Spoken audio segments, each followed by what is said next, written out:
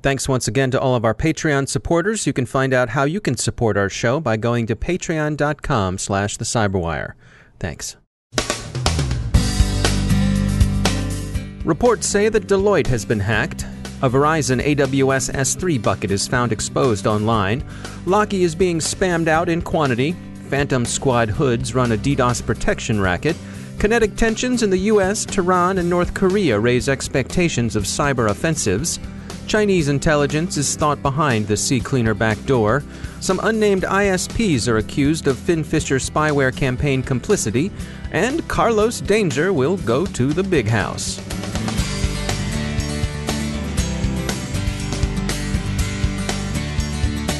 It's time to take a moment to tell you about our sponsor, Recorded Future. Recorded Future's user conference, RFUN 2017, is coming to Washington, D.C. October 4th and 5th.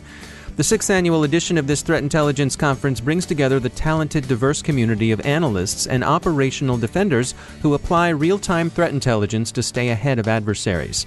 And since it's real-time threat intelligence, you know it's organized by Recorded Future, the people who know a thing or two about collection and analysis. Recorded Future's customers, partners, and threat intelligence enthusiasts are cordially invited to attend RFUN 2017. Improve your analysis. Stay ahead of the cyber attacks by learning about the latest threat intelligence techniques and best practices. And say hello to us. The Cyberwire will be there and podcasting from the floor on the 5th. If you're a threat intelligence enthusiast, and really, who among us isn't, register now at recordedfuture.com/rfun. And we thank Recorded Future for sponsoring our show.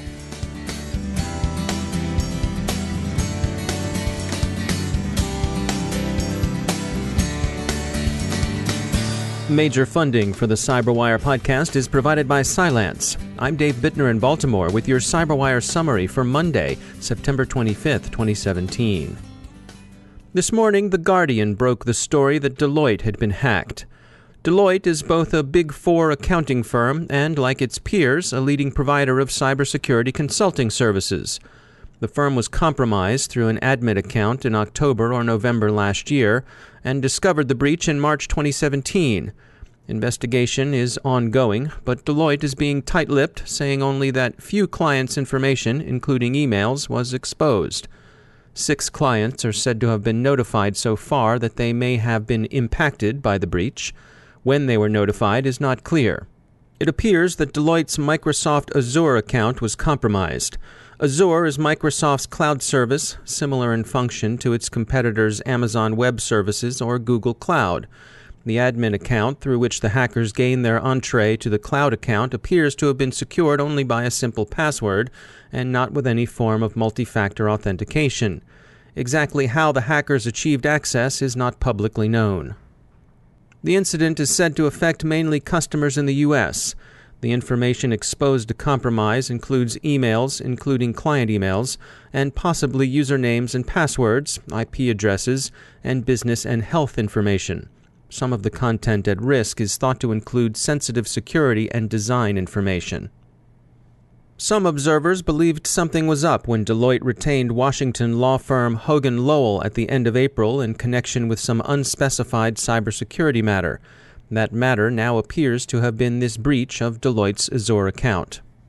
This is another breach at a high-profile enterprise, Equifax, the Securities and Exchange Commission, and now Deloitte.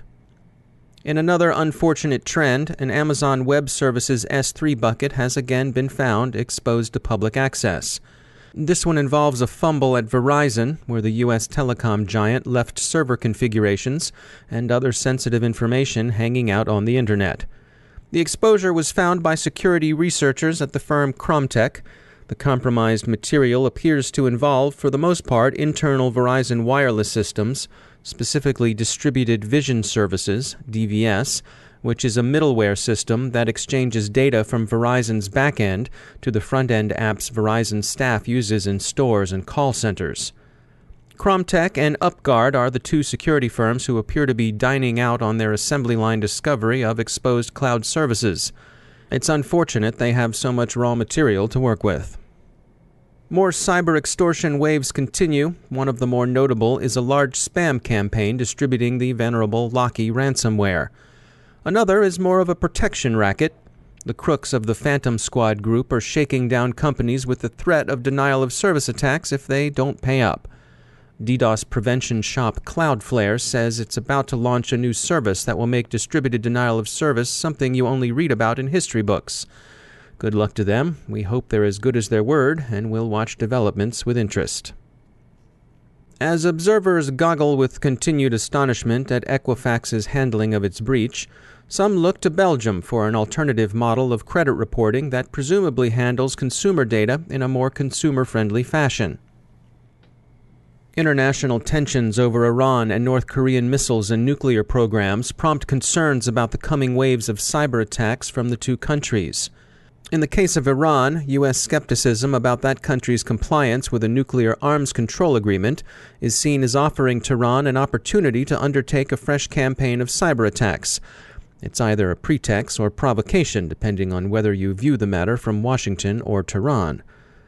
Iran has shown some capability in both espionage and sabotage, and its abilities in both areas are generally held to be on the rise. In the case of North Korea, the tensions that are believed likely to find expression in cyber attacks are being increased by Pyongyang's recent round of long-range missile and high-yield nuclear weapons tests. The weapons the DPRK has been testing are thought to be either full-blown thermonuclear devices or, at the lower but still very dangerous end, boosted implosion weapons. There's been little in the way of diplomacy and evidence from either Pyongyang or Washington. Recent North Korean cyber activity has for the most part concentrated on theft, either in the form of raids on cryptocurrency wallets and bank accounts, or in the form of aggressive and illicit Bitcoin mining on other people's servers. Avast thinks the backdoor insinuated into its CCleaner security software was probably put there by Chinese intelligence services. Kaspersky and other companies looking into the incident attribute the hack to APT-17, the threat group also known as Deputy Dog, a departure from the customary naming of Chinese threat groups after pandas. Kaspersky also sees a tie to the cyber espionage group Axiom. Novetta regards Axiom as an umbrella organization engaged in coordinating espionage on behalf of the Chinese government. The backdoor in CCleaner appeared designed for use against major Western tech companies, and this too is consistent with Chinese intelligence services' long-standing interest in intellectual property and industrial espionage.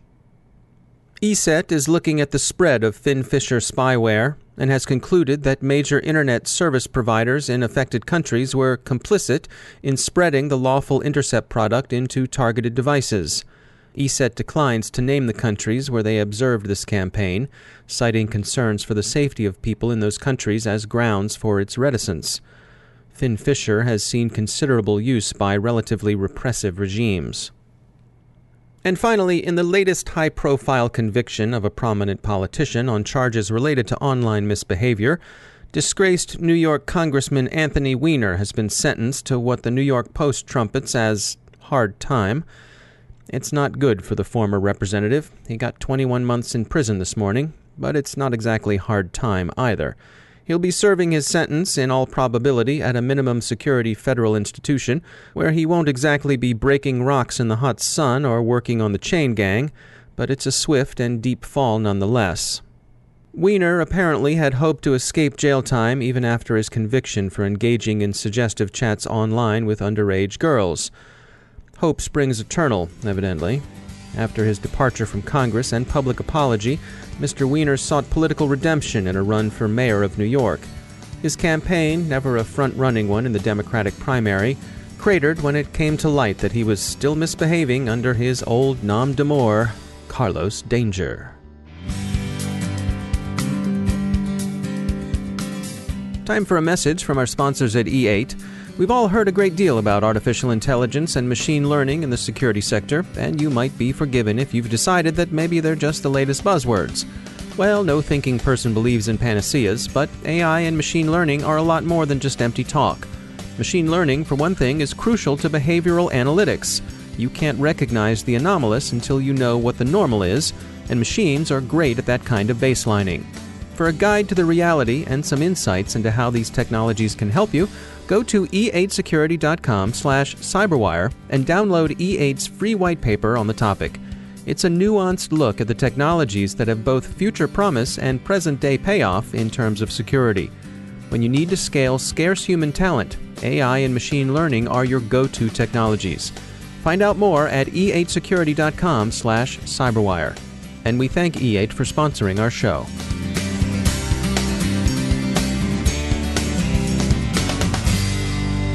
And I'm pleased to be joined once again by Chris Poulin. He's a principal at Booz Allen Hamilton Strategic Innovations Group. He heads up their Internet of Things security team over at Booz Allen. Chris, welcome back to the show. We wanted to talk today about connected automobiles. Let's just start with some basic things. If I head out today and I buy myself a brand new car, what sort of vulnerabilities do I need to worry about? Well, it's kind of interesting because right now there haven't been any, at least publicized attacks on vehicles. And the reality is that there are all kinds of ways that cars could be attacked. Some of it is because of the complexity of the software and firmware in the vehicles right now. In fact, they say that there are approximately 100,000 lines of code that run a modern luxury automobile.